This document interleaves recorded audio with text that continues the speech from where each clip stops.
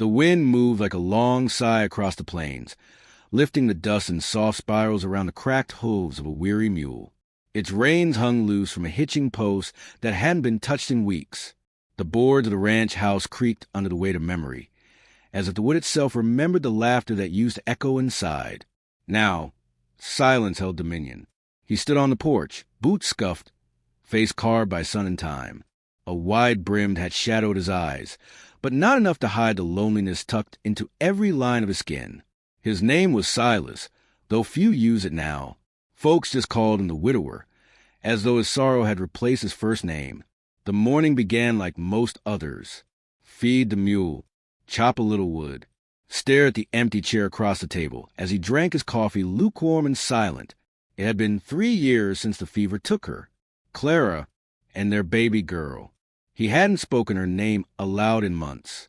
Not because he'd forgotten. No, her name was stitched too deep for that, but because it hurt too much to let echo in the air and not hear her voice answer back. The townsfolk had stopped pushing him to rejoin life. Even the preacher had given up with his polite nudges and casserole offers. God has a way of filling empty places, he once said. Silas wanted to tell him some places weren't meant to be filled. Some holes were graves. Yet the letter sat folded in his coat pocket. A mail-order bride agreement, signed with his awkward, blocky hand. He hadn't written it out of romance or hope, just the kind of tired practicality that comes when a man realizes he's slowly turning to dust on his own land. The garden needed hands. The roof needed patching. The winter would come whether or not he believed in second chances. He hadn't thought of what she'd look like. He hadn't pictured a smile or imagined a voice. She would come, and they would make do, not as lovers, probably, but as two people trying to be less alone. The train station was a 2-hour ride into town. He hitched the wagon late in the morning, the sun already high enough to sting the back of his neck. The road was familiar, though he rarely took it. Fence posts leaned like old men against the wind. Buzzards circled lazily overhead, looking for something weaker than him. As he rode, memories tugged at him. The scent of Clara's hair in spring, the soft way she hummed while baking. He tried to shake them off, but they clung like burrs. He gripped the reins tighter, his knuckles pale against the leather. When he reached the station, the train hadn't yet arrived. A few townsfolk lingered beneath the awning, swatting flies and murmuring in the shade. A mother held her child close. 2 young men leaned against the wall, smoking and watching the tracks like gamblers waiting on fate. Silas stood apart, leaning against a post. Dust swirled around his boots. No one spoke to him, though a few nodded. He nodded back, polite but distant. The whistle came before the train, high and distant like a hawk's cry. Then the engine roared into view, dragging its weight behind like a steel snake. The screech of it halt rattled window panes and sent pigeons fluttering skyward. One by one, women stepped down, dressed in their best, faces powdered, eyes wide with hope or fear. Some were young, some older, all looking, all searching. A tall man in a fine coat kissed a red-haired girl's hand and led her away, grinning. Another woman met a man with 2 small children at his side. They hugged like they'd known each other for lifetimes already. Silas scanned the crowd with a numb sort of calm, until he saw her. She stepped down last, slower than the others. A full-figured woman, her dress a shade of soft blue that tugged at memory. Clara had worn something like that on the day they planted peach trees. The dress clung at her hips and arms, not tight, but noticeable in a way the world too often judged. Her dark hair was pinned neatly, face round and flushed with heat, yet her posture was upright, composed. She looked around, blinking against the light. No hand waved for her. No man stepped forward. Her lips moved as she whispered a name, his name, and nothing answered but the wind. Silas stayed rooted. He hadn't expected this.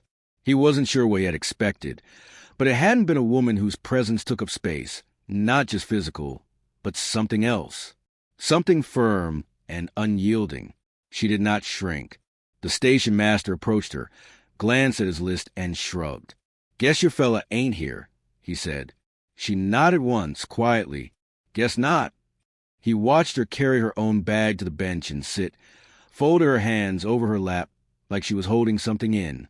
She didn't cry, didn't complain, just sat there, watching the people pass like they were ghosts. Silas knew what that look meant. She'd been measured and dismissed before. A group of boys snickered near the water pump, whispering cruel things too loudly. She heard. Her back stiffened. Her chin lifted. Silas felt something cold break loose in his chest. She was the one, the woman he'd agreed to marry. He was sure of it now, not because she fit some idea, but because something in her, the steadiness, the strength to be still when ridiculed, echoed a quiet truth he had long forgotten. He stepped forward, then stopped. His breath hitched, not from fear, but the weight of what came next. This wasn't just about sharing chores or cooking meals. It was about stepping out his grave and reaching for the living again. The mule brayed behind him, restless. He took one more step, dust puffing beneath his boot. And that was when she looked up, right at him, not past him, not through him, but at him, and smiled, not with hope, not with charm, but with something deeper, something tired and brave. Silas felt the world shift ever so slightly, like the earth itself had exhaled. And then, softly, she stood. Her name had been called at no station. No hand had reached for hers when the train doors groaned open. And so she waited, her blue dress creasing the ride, her hat pinned just right, as if the details might still matter, as if effort alone could rewrite a man's hesitation. No one came. She sat on the edge of the bench, back straight, suitcase balanced beside her like a polite question no one wanted to answer. The platform bustled and cleared around her until only a few lingered. A sleeping drunk, a wire-thin boy sweeping dust, and a widow from the church who sold apples out of a basket lined with gingham. She didn't speak, just sat across from the stranger and watched. The woman, the bride, breathed deep and quiet. She wasn't one to panic. Panic was a luxury. Back home, she'd learned how to weather silence like a storm. The kind that came after cruel words, after doors slammed too hard, after love had been measured by the inch and never by the heart. She'd been told she was too much since she was 12. Too loud, too soft, too sensitive, too heavy, too smart. So she'd stopped trying to shrink. And now here she was, halfway across a country that didn't want her either, her ticket paid by a man who clearly changed his mind. She didn't cry. She simply reached into her small woven bag and pulled out a biscuit wrapped in linen, dry, a bit crumbled. She bit into it slowly, savoring each piece like it might be the last taste of comfort she'd get that day. Across the platform, the man stood like a statue carved out of regret. He hadn't stepped forward, hadn't claimed her, and still he lingered, watching. Something in his posture made her stomach twist, not from shame, but recognition. He looked like someone who'd also been left behind by life. She didn't hate him for his silence. She understood it too well. A child ran past, pointing at her with careless laughter. She too fat for a cowboy. The words sliced through the dry air. The mother hissed the boy's name, pulled him by the ear, and vanished down the street. The bride didn't flinch, just folded the linen napkin, returned it to her bag, and placed her hands in her lap. The old woman selling apples finally spoke. Her voice was gravel wrapped in honey. This town don't know what to do with women like us. The bride looked over, her eyes tired but steady. Women who don't apologize for taking up space. The old woman added, we scare 'em. We don't disappear when they want us to. There was a pause. A train whistle echoed far off, not coming, just crying through the wind. I was supposed to be met, the bride said finally, voice soft as a lullaby left unsung. But I suppose I wasn't what he hoped for. The old woman chuckled without mirth. He don't know what he missed. You sit like you got a spine made of scripture. The bride smiled at that, just barely. Silas still hadn't moved. The weight of his silence pressed harder with every heartbeat. It wasn't judgment in his eyes. No, it was something else. Something raw and pulled thin, like a man watching a miracle he didn't think he deserved. When he finally stepped forward, she noticed the way his hands trembled at his sides.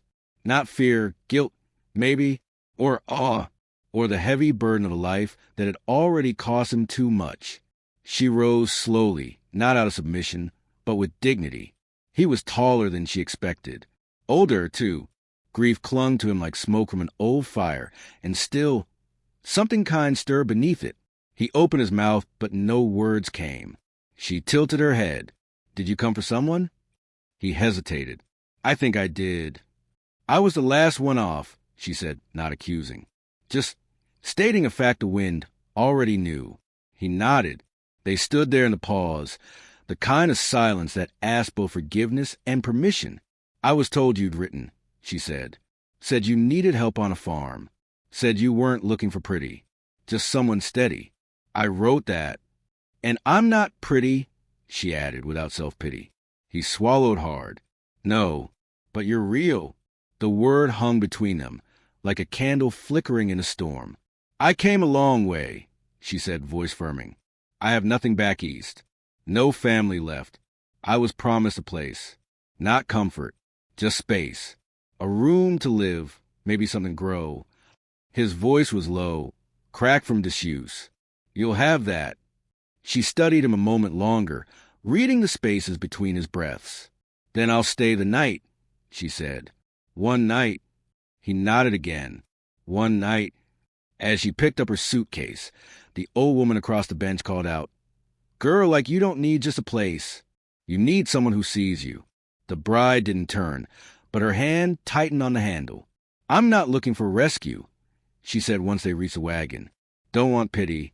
I don't pity you, he answered. I just didn't know how to speak to someone who stood her ground so well. She climbed into the wagon with slow grace. He offered a hand, but she didn't take it. They rode through town in silence, the wagon wheels creaking like old bones, past faces that turned too quickly or not at all. Clouds gathered behind the hills, dark and slow. At the edge of the town, the bride finally spoke again. I've never been chosen, she said. Not really. He kept his eyes ahead. I never expected to choose again.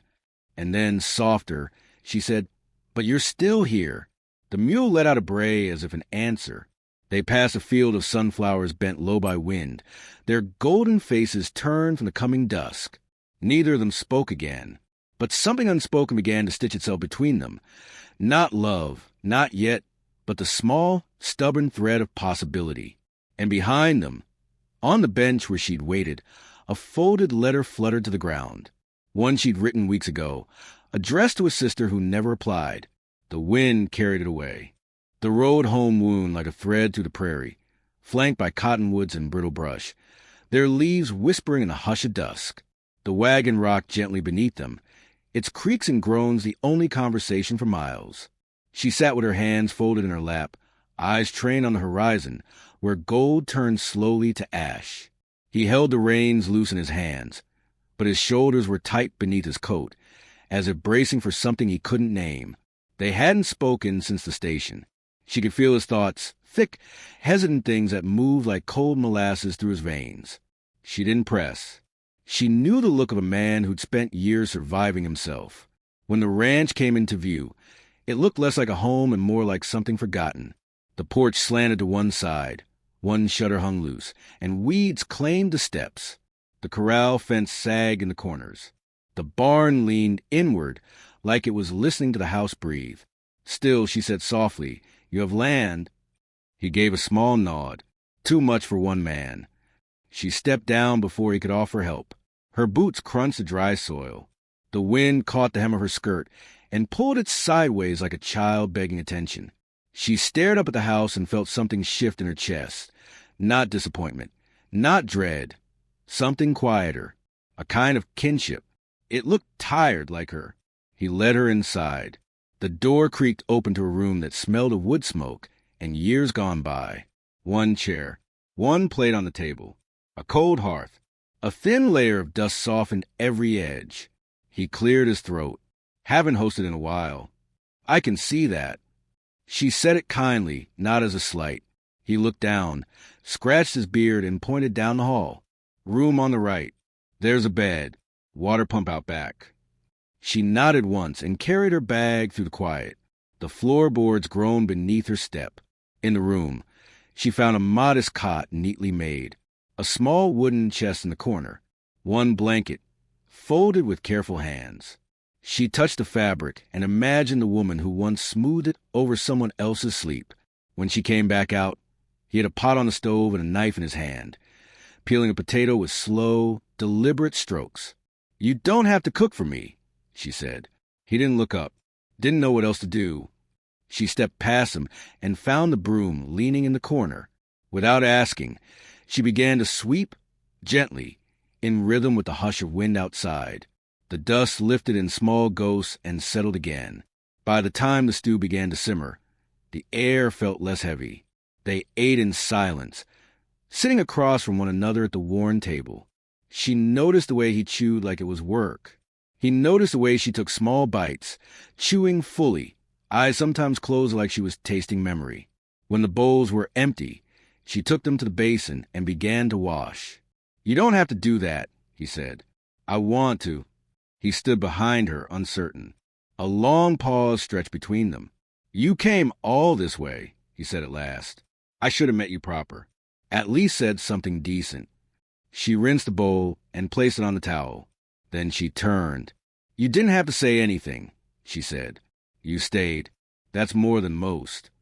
He nodded, unsure what to do with her grace. Outside, night had crept over the plains. Stars bloomed above like cold, silver blossoms. The wind had softened. The mule brayed once from the barn. She stood by the doorway, arms crossed gently. "We don't have to rush anything. I can sleep and leave in the morning, if that's easier for you." He shook his head slowly. "I don't want you to leave." A pause. He looked at the floor, then at her face. I didn't know how to be kind anymore. I forgot how." She stepped toward him, close enough that their shadows merged on the floorboards. "Then we'll remember together," she said. His breath caught, not from desire, but the quiet ache of being seen. The next morning dawned golden and sharp. Birds flitted from branch to branch in the orchard's edge, though few blossoms remained. She stepped out early and found the pump, drew water with steady hands, washed her face, and watched the light play across the field. When he came out, he carried her a second cup of coffee. No sugar, no cream, just warmth in a metal cup. She took it with both hands and said, "Thank you." He glanced toward the barn. "I can show you the garden. It's small." "Got tired when Clara—" His voice faltered. She didn't pry, just nodded. "I'll help tend it." Side by side, they walked through weeds and overturned soil. She knelt and pressed her fingers into the earth. It was dry, neglected, but not dead. "This land's been waiting," she said. "For what?" She looked up at him. Someone to believe in it again. He stared down at her, something in his chest loosening. Later that evening, he handed her a folded scrap of paper, a marriage license, and signed. His name inked, hers left blank. "No pressure," he said. "I know you didn't come for this." She unfolded it carefully, ran her finger along the line. "I came for a place," she said. "Didn't expect to find a person." He waited. Then, with slow, deliberate movement, she picked up the pen, signed her name. When the ink dried, she said, "Now we both belong somewhere." That night, she slept in the same room. One bed, shared without touch. Two bodies breathing quietly, no longer strangers. The moonlight caught the edge of her suitcase, still packed, resting at the door. In the morning, it would be gone. The town looked smaller than she remembered. Or perhaps it was her posture that had changed. Straighter, shoulders squared, steps sure-footed. Her dress swayed as she walked beside Silas, not stiff with ceremony but lived in now, worn by work and dust and something like purpose. He walked slightly behind her, a habit he'd taken on not out of pride but quiet deference, as though to let her carve her own space in a place that hadn't left her any the first time. They'd come for flour, nails, and new seeds. The list was short, but the meaning behind it was long. This was their first time back in town since the day she'd waited alone on that splintered bench. The people hadn't changed much. Neither had the stairs. A young woman across the street whispered something to her companion. Both looked her up and down with the same judgment disguised as curiosity. Behind the counter at the mercantile, the clerk didn't greet them, just reached for the scale like his hands wanted to finish before his eyes had to acknowledge her. She kept her chin high, hands folded loosely at her waist. She learned long ago that to soften in the face of scorn only made it worse. Look who finally showed up with his prize hog. A voice sneered from behind a crate of canned peaches. She turned. The man was lanky, with the kind of face that had aged badly from bitterness. A scar split his upper lip. His shirt was open at the neck, stained with something too old to name. He didn't flinch beneath her gaze. If anything, he grinned wider. Silas stepped forward, slow and deliberate. The man laughed. You get her at a discount or they throw in a feed for free? Silas didn't speak, didn't raise a hand. But something in his stillness made the air around him brittle. He took one step closer. The man hesitated, then spit at the floor. Big girls like her got no business pretending to be wives. Before another word passed, the store owner barked from the back. That's enough, Boyd. I won't have it in here. Boyd gave theatrical bow, but his eyes were sharp. Don't worry. I'll let them buy their love like the rest of us. He left with a jangle of the bell and a string of muttered curses. Silas turned toward her, jaw tense. She touched his arm. Don't. I should have said something sooner. You didn't need to. Her voice was quiet, but strong. He wanted a show. We gave him none. He looked at her, eyes softening with a kind of ache. I hate that you've had to learn to carry that weight. She nodded. But I did, and I can carry more than they think. They finished their shopping in silence, the air in the store colder now, brittle with the residue of insult. As they walked out, a small boy held the door for her. She smiled down at him. His mother pulled him away too fast, but the boy turned back and waved. Back at the wagon, she dusted her palms against her skirt and exhaled. Still want to go to the seed exchange? He asked. I think I need to. The market square was brighter, if only by the mercy of sun and canvas tents. She moved through the stalls slowly, asking questions about soil and spacing, about when to plant squash and what fended off beetles. Silas followed, sometimes answering, sometimes letting her speak. A vendor with weathered hands and a slow smile offered her a cutting of lavender. For your table, she said. Good to have something sweet indoors. The bride accepted it with both hands. As they turned to leave, a voice called out, softer this time. The preacher's wife approached with a basket of cornbread tucked into the crook of her arm. I heard what happened at the store, she said. I'm sorry. The bride gave a half smile. It's not the first time, but it should have been the last. The woman's eyes were kind, if hesitant. You carry yourself like someone who's known both shame and how to survive it. I don't carry shame, the bride said, just memory. The preacher's wife offered the basket. Then take this. You're part of us now, whether they like it or not. On the ride home, the sky began to change. Clouds stretched long and dark across the horizon. Silas glanced upward. Storm be here by sundown. She nodded, holding the lavender against her chest like a promise. That evening, as thunder began to roll in the distance, she wrote a letter by lantern light. The page trembled slightly beneath her hand, but her words were steady. Dear sister, I came here for a place. I found a man who doesn't flinch when I speak, who sees my hands as capable and my body as enough. He doesn't rescue me, but he waits. He listens. He lets me be more than what I was told to settle for. Asterisk. I hope you left when you said you would. I hope your boots are on new ground. If not, come here. I've got space. And a little lavender for the windowsill. Asterisk.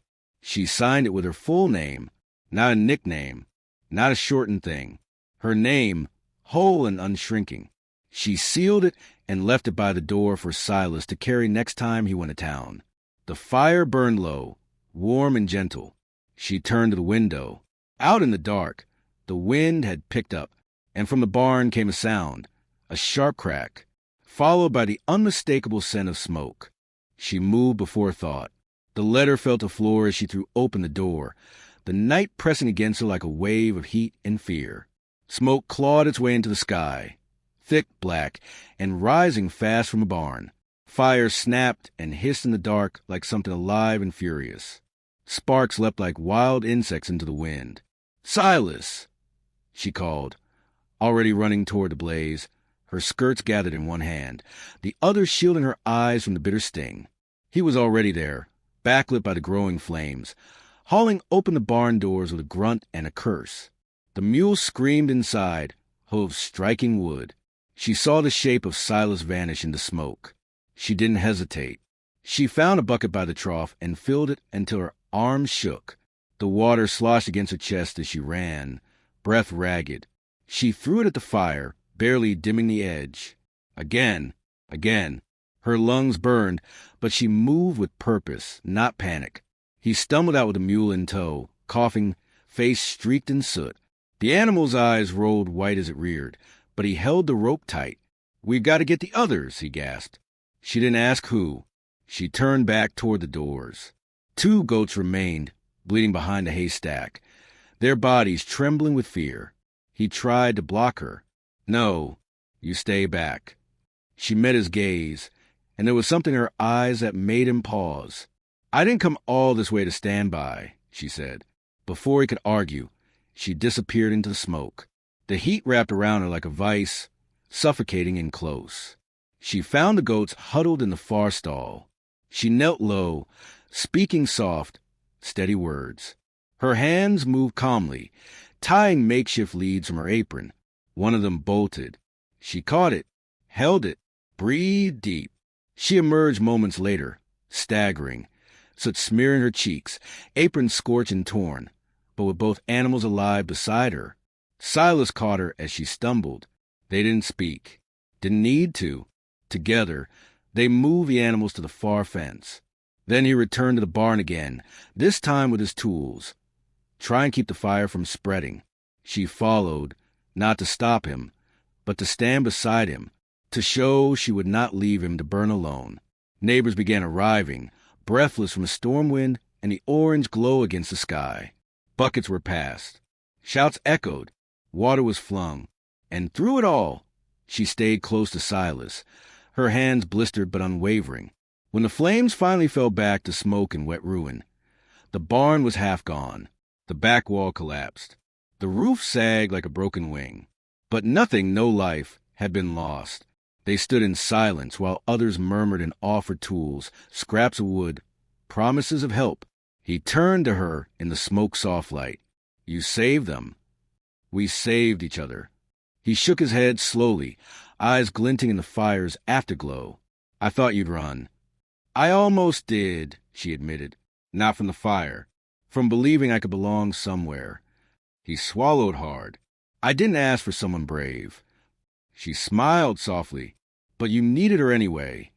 They walked back to the house in the hush of early dawn, boots heavy with ash, clothes damp and clinging. He opened the door for her this time. No hesitation. Inside, the lantern still burned low. Her letter lay where it had fallen, edges singed slightly, the seal untouched. She picked it up, brushed it clean, and set it on the table. Then she turned to him. "I don't want to be a guest here anymore." He stepped closer. "Then don't be." They said nothing more. He reached for her hand, and she let him take it. Not like a prize, not like a rescue, like a joining, like 2 roots finding the same stretch of earth. Weeks passed. The barn was rebuilt, frame by frame. Neighbors came, tools in hand, and left with loaves of bread, pickled beets, laughter. Children began to wave when they passed. Some even called her ma'am, with respect in their eyes. She planted sunflowers along the fence line, watched them lift their gold faces each morning. He built her a porch swing. She painted the door blue. And when the preacher came by one Sunday with his Bible and a smile, they stood together on the porch and said yes, this time out loud, with eyes steady and fingers linked. "You take this woman to be your wife?" the preacher asked. "I already did," Silas said, "and I'd do it again." The wind stirred her dress. She looked at Silas and said, "Thank you for not turning away." "I couldn't," he replied. "You were the only thing I'd seen in years that looked like home." They kissed, not as strangers pressed into roles, but as survivors finding refuge in one another. That night, The table had 2 plates, 2 chairs. Laughter, faint and honest, filled the corners. He leaned back, watching her from across the glow of the lantern. "You know what the townsfolk call you now?" he asked. She shook her head. "The woman who stayed," he said, "and made everything grow again." She blinked slow, a flush in her cheeks. "They'll get used to seeing someone who doesn't disappear." He raised his cup to the woman who wouldn't shrink. She raised hers in return to the man who let her be full. They drank in silence, smiles barely there, but lasting. Then, from the edge of the window, the sky broke open with rain, the kind that washed soot from roofs and planted dreams deeper into the soil. She rose and opened the door, let the rain kiss her face, stood barefoot on the porch, arms open, as the drops soaked her hair and dress and eyelashes. Silas stood behind her, watching. She turned to him and said, "Let's build more." He didn't ask what she meant, because he already knew.